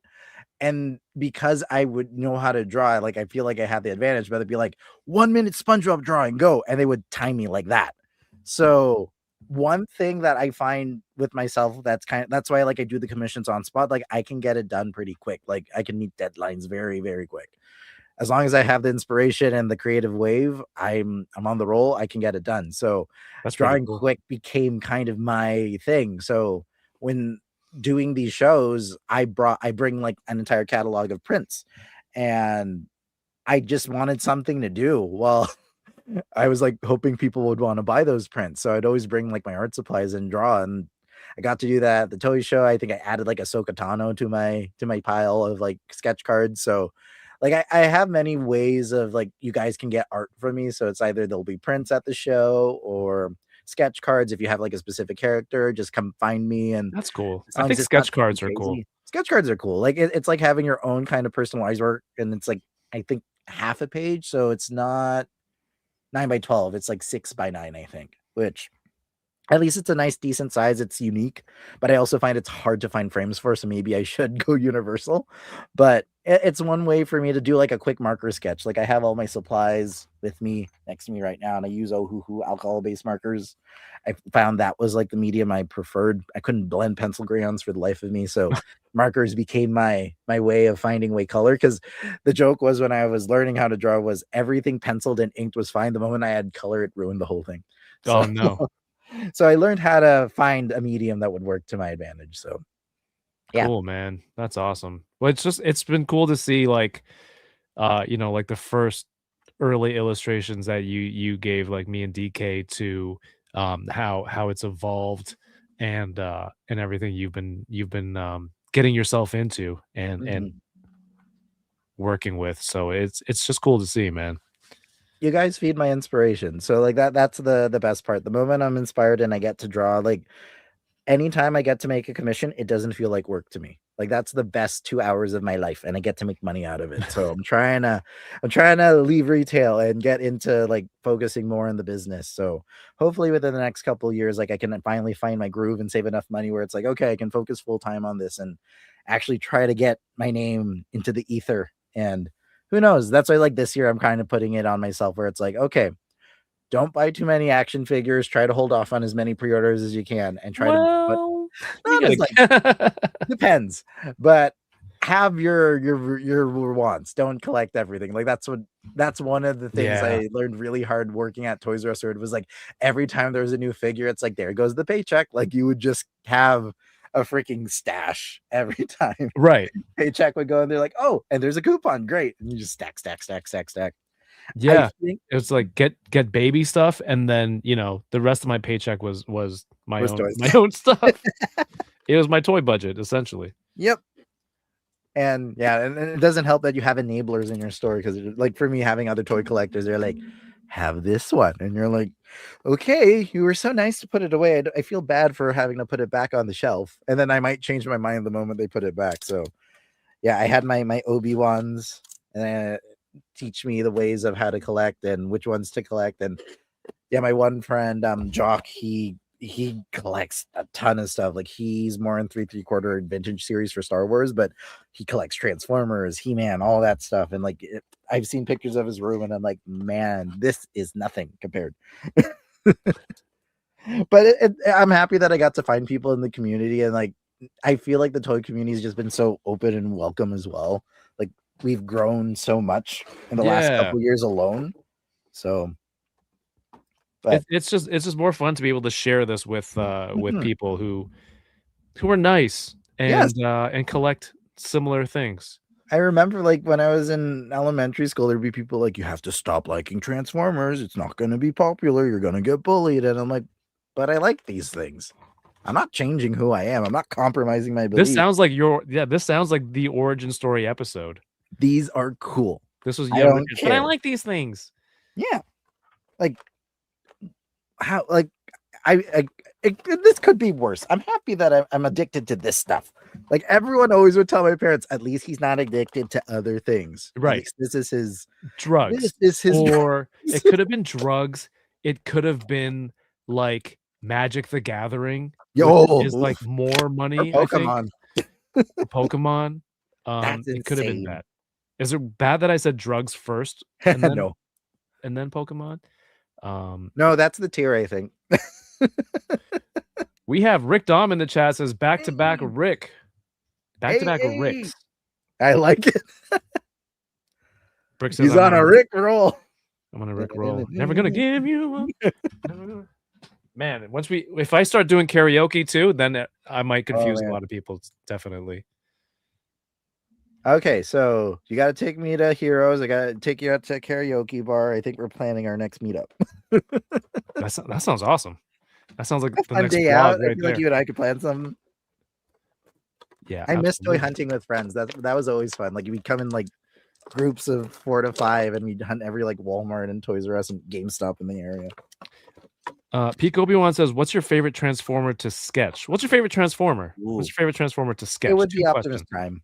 I've had the honor of meeting the voice of Optimus Prime, Peter Cullen, a couple times thanks to Fan Expo. So for me, he just embodies what it truly means to be a leader, kind of be strong enough to be gentle, and then that booming voice that you hear from like the live action movies and everything. Like for me, if I were to get rid of everything here, the Optimus Primes would probably be the first ones to not end in that pile, just because he means that much to me. Nice. He's also what got me into like doing the voices, because it's like I would hear the voice, but I think it's mainly because my dad would do it so bad that I'd be like, "No, you're doing it wrong." As like an 8-year-old, he did the thing. He would do the Optimum Pride thing. Like he probably didn't even call him Optimus Prime. Like I heard that first before I got famous on Instagram. It's a real thing. He'd be like Autobots, and I'm like, "It's not. You're not doing it right, Dad. You're Optimus Prime. embarrassing me." But yeah, Optimus and Megatron are like my 2 like quintessential like good versus bad. Those characters are my favorites. Like I probably have a lot of Bumblebees, but that's not my fault just because they make so many of him. So at Yeah. one point I had like a mini shelf that I called the Beehive. There was just so many. And I got rid of a couple of them, I think 2 Ontario Collector Cons ago. So I'm happy It's that my it's only Bumblebee. your in my Jollibee. collection. But no, I should probably do a Bumblebee Jollibee crossover. I feel like that would be great. Like I need to add more Filipino pizzazz into my What if into it's my like gallery. a buff Jollibee bee? Buff Jollibee. Yeah. Guy in Yeah. a suit. I think Alright, did I so have a birthday party at Jollibee when I was a kid? I don't know. do they I have know I birthday had 'em at parties? yeah, I've had you could rent birthday parties back home. So essentially that mascot sick. that I send you once in a while would come and would bring a couple friends. Like it was but I had a McDonald's one that I remember, but I don't I had a remember the McDonald's Jollibee one when one. I was younger too. Yeah. They're awesome. Those are great. Like you could rent out spaces and like there was parties and stuff. Like I was only 1, so I don't remember any of it. But like I see the videos and the photos, and I'm just like, these were fun times. Do they have that? I don't think I've ever seen a McDonald's happy or a McDonald's Probably not birthday party here, since then. but it's been a while. Like I remember when like going back home, I think any like food venue, because like Filipino and food go hand in hand. So essentially you could rent any spot, like even if it was like a mini restaurant, like they would quarter off the section for you guys, or you could like rent it for not too expensive. So yeah. Parties back home are probably just more it's Yeah. probably more affordable too, I would assume. Because you're just renting it out and inviting like the entire clan. So you get your money's worth for food. Before I forget, I'm gonna message my wife that I want to do my birthday this year at Jollibee. I'm gonna get that reusable bag. Oh, Johnny Cox says they have McDonald's wedding packages Yeah, in the Philippines. probably. I wouldn't be shocked. It's a market. There's a market. If you think of anything back home, there's a market for it. Is the priest dressed as Ronald McDonald? Is it I would officiated hope by? that'd be, I don't know. I think we're too Catholic for that to be an actual thing. Okay. But yeah. I mean, he could still, probably still do it. yeah, be properly, what's Oh, the word? man. An actual priest. I'm trying to picture that now in my head. A Filipino priest dressed as Ronald. You take her wife with I an went onion to ring and not a ring. Oh, my man. brother-in-law got married last year, and to Filipino lady. And they had Oh, a tradition. So they swapped. He came out in traditional Filipino clothes for the male, and then she came out in like a traditional Chinese aw, nice. the long dress. So that was pretty awesome. Oh, so he wore the barong, the white. Yeah, that's what. That's Yeah, nice. Yeah, we got that for my sister's husband.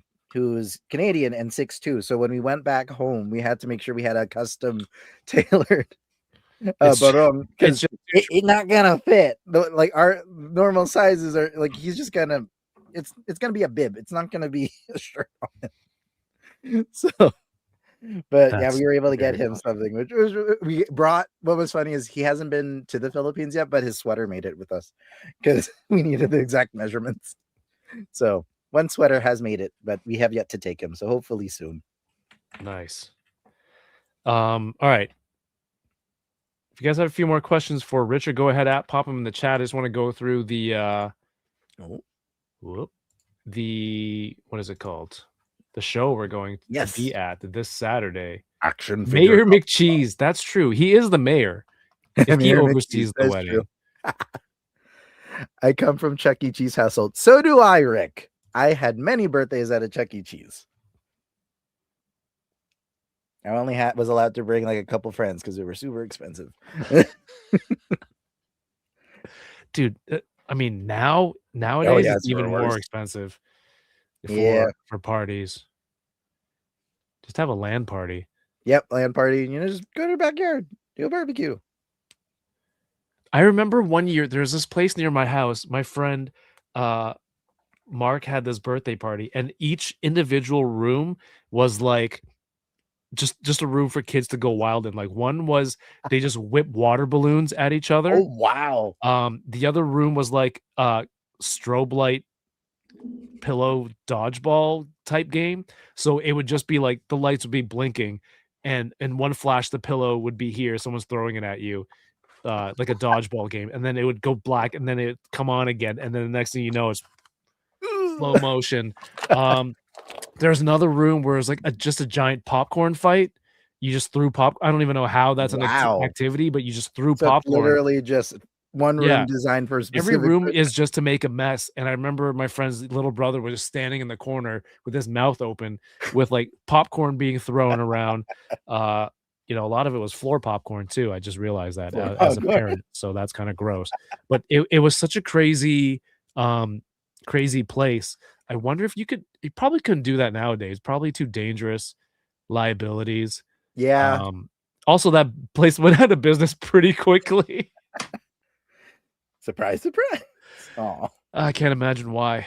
Not enough parties for people to do crazy things. And that's one way, like keeping kids occupied. And like for a Filipino household, there usually was like a kids room. Like we were all not locked in the basement per se, but there was like all the young ones. Yikes. Would be like, because like for me growing up, a lot of Manny Pacquiao fights like that's like the quintessential Filipino party. You're going to someone's house because they paid pay-per-view, but everyone else doesn't want to, so you go to that house specifically, and all the kids just age range, you find each other, and you're more or less just hocked up on sugar and trying to make it until the fight, because they didn't realize those were so late at night, right? And just being in a room like that energy, I don't know if I'll ever get to experience that stuff again, because like it felt so community based. But it's like all the Filipinos in Newmarket, or like in where I was, like we would just be in one place at one time and just waiting for him to punch someone's face for What's a couple that new hours. show that Manny Pacquiao is on? Is it like Fitness Asia or something like that? Like it's on Netflix. Something Asia. Isn't he representing? He's representing the Philippines, but I think he was there physically for a couple of the episodes, and then he had to be virtual because he had to go back home for a bit.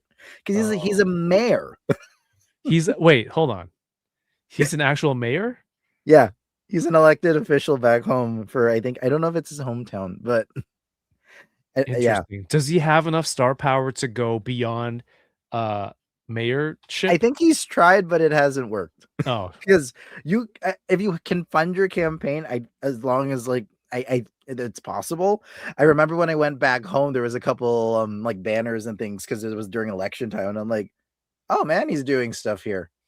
I don't know if he's gonna be here when we're here, but like you just see his face, and it's just Manny Pacquiao, and you're like, Yo, what's up? Gunpla Freeham.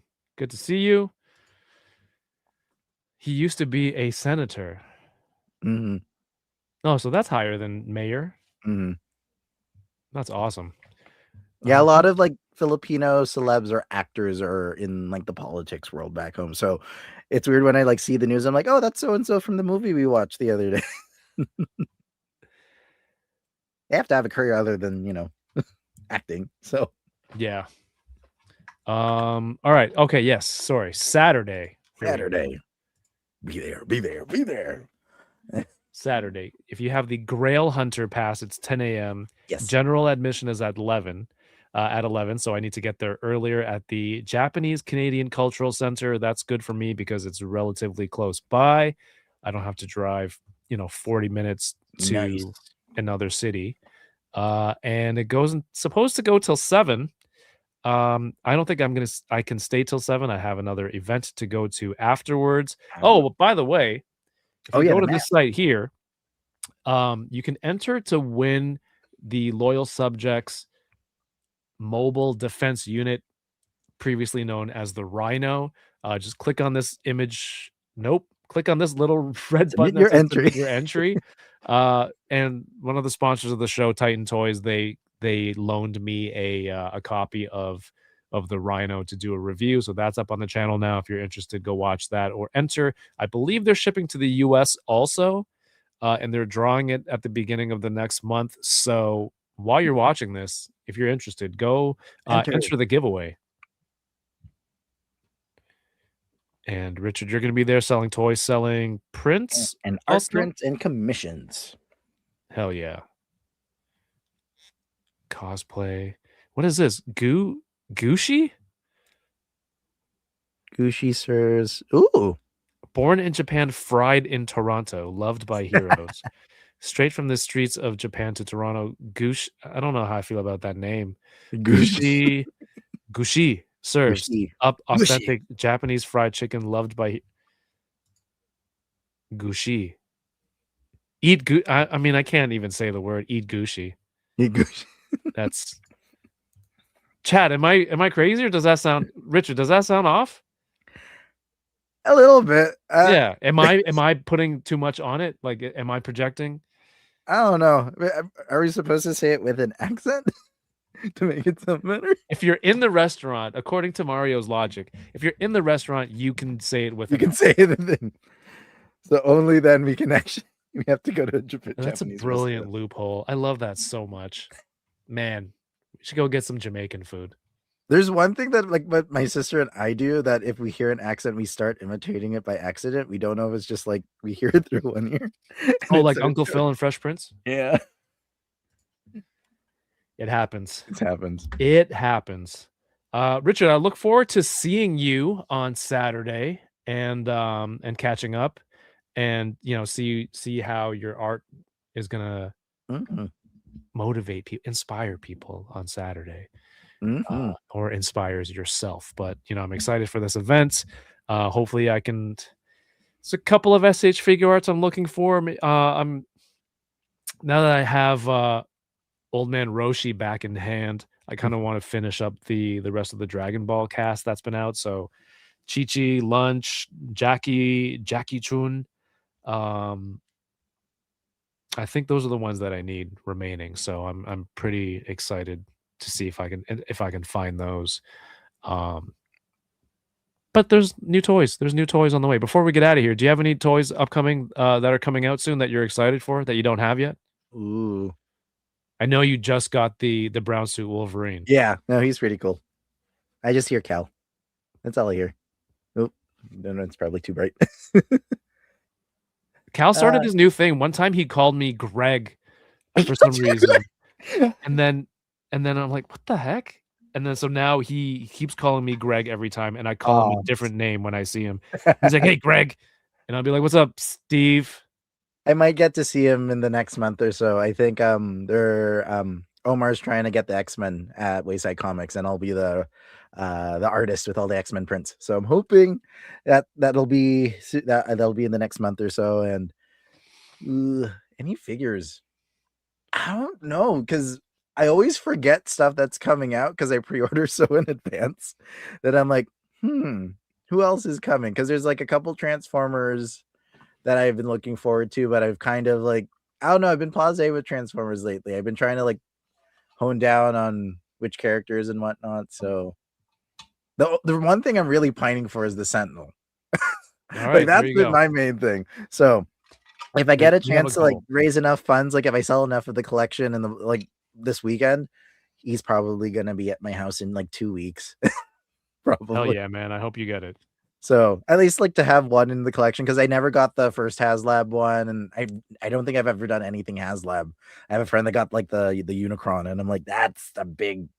I don't know where you're gonna fit that. So I'd have to make space for the Sentinel, and I have like giant robots in my collection, so it kind of fits. So hell yeah. And to have all the X-Men 97 cast around it, like I'll just build a diorama, and then I'll get to have all my favorite X-Men together while we're waiting for the next season. So, yeah, sweet. That'd be a cool one to get, man. I hope you get your hands on one. Mm-hmm. No, he looks fun from everyone, like videos and reviews. So I'm like, yeah, you guys are making it really hard for me to be like, maybe I shouldn't pass it. And it's like, no, I just need money. You shouldn't. He's great. And dude, voice man, the thank you Filipino. for hanging out today. Thank you. And talking about, stuff that kind of drives you and motivates you, inspires you. Let the people know where can they go follow your artwork, or maybe, if they want a new display pic or avatar for their social media of themselves or something like that. Where can they hit you up? You can find me at Rick Ray Ilu at Instagram, and Rick is spelled with a number 1. That was mainly because I think I had to make it like a professional Instagram for school. So the one stayed in like the fan art account, but the fan art account's been my main account. So right. So R1CKREYILU at Instagram, and you guys can find me there. And that's pretty much it. My website is still down at the moment. It's still under construction because I still got to figure some stuff out. But yeah, if you can reach me there, I'm also at rickrayilu at Gmail. So if anyone like has any questions about commissions and whatnot, hit me up there. Direct message me on Instagram. And yeah. What is the ILU? Illustrations. Okay. Because I just dropped the L. For months, I thought it was. I'm like, hey, it's Rick Ray. I love you. That's what I thought it was. For the longest time. I'm like, hey, he seems like a nice guy. He loves everyone. Yeah, the Ilu just because it was short for illustrations. Like that's the name I coined up in art school. Rick Ray Illustrations. I'm like, it's Rick Ray. I love you. There he is in the chat again, or there he is in the comments. Now you can see it that way. Everyone has their own version of it. I like that. Rick Ray, I love you. That doesn't even make sense. Yeah, awesome. Well, go. Yeah, definitely hit up Richard if you need some. Was it Heroify yourself? Heroify commissions. Heroify. Yeah. There you go. And you can see him this Saturday at Action Figure Comic Con. Myself as well. There's a new video up on the channel. We did the review for the Mask MDU by Loyal Subjects. I posted a new vlog, a little bit of toy hunt, a little bit of Jollibee break in the middle of toy hunting. Get some food. I'm gonna do a few more vlogs with the toy hunting adventures. So keep checking back on the channel. There should be a new one going up for channel members tomorrow, I think. And then if you have time, go watch the replay with myself, another Rick, and Chamba from last night, the best and worst toys of the week. So much fun to hang out with those guys. And yeah, I think that's it. Richard, man, thanks for hanging out today. Thanks for having me, Kev. And yeah, I'd love to come back. Let me know. Let's make that happen. If you guys have a second, hit the thumbs up on the video, subscribe to the channel if you haven't already, and most importantly, enjoy your toys, have yourselves a great night, and keep toying around. Peace. Okay, now do the Optimum Pride. Optimum Pride.